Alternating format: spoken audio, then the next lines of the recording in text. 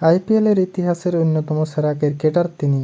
করেছেন আইপিএলে সর্বোচ্চ ৬২টি 50। অধিনায়ক হিসেবে সানরাইজার্স হায়দ্রাবাদকে চ্যাম্পিয়নও করেছেন তিনি। রান আছে ৬,৫০০-এরও বেশি। তবে এত কিছু করার পরও আইপিএলে ডেভিড ওয়ার্নারকে দল পাওয়ার জন্য যথেষ্ট হয়নি। আইপিএল নিলামে দুবার নাম ওঠার পরও কোনো দল তাকে নেওয়ার আগ্রহ দেখাননি।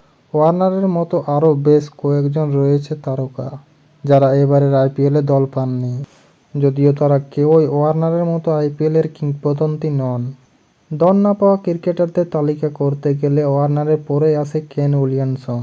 আইপিএলে সানরাইজার্স হায়দ্রাবাদ ও গুজরাট টাইটান্সের হয়ে 10টি মৌসুম খেলেছেন সাবেক এই কিউই তারকা। 18টি 50-তে করেছেন ২১২৮ রান। তবে এবারও তার প্রতি আগ্রহ দেখাননি কোনো দল। এছাড়া অস্ট্রেলিয়ার কিংবদন্তি স্টিভ স্মিথও রয়েছেন। আইপিএলে 9টি মৌসুম খেলে এই ব্যাটসম্যান স্ট্রাইক রেটও 130-এর নিচে। ইংল্যান্ডের ব্যাটসম্যান জনি ব্যারিস্টোর দল না পাওয়া অবশ্য কিছুটা অবাক করার মতোই ঘটনা। আইপিএলে 5টি মৌসুমে 50টি ম্যাচ খেলে এই ক্রিকেটার বড় শট খেলার সামর্থ্য আছে। গত মৌসুমে ব্যাটিং করেছে 152-র স্ট্রাইক রেটেও, যদিও 11 ম্যাচে রান করেছে মাত্র 298। এর আগের মৌসুমে 11টি ম্যাচ খেলেন, রান করেছে মাত্র 253।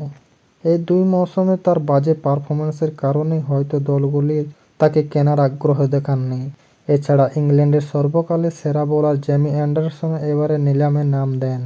42 বছর বয়সী এই পেসারের প্রতিও কোনো দল আগ্রহ দেখাননি।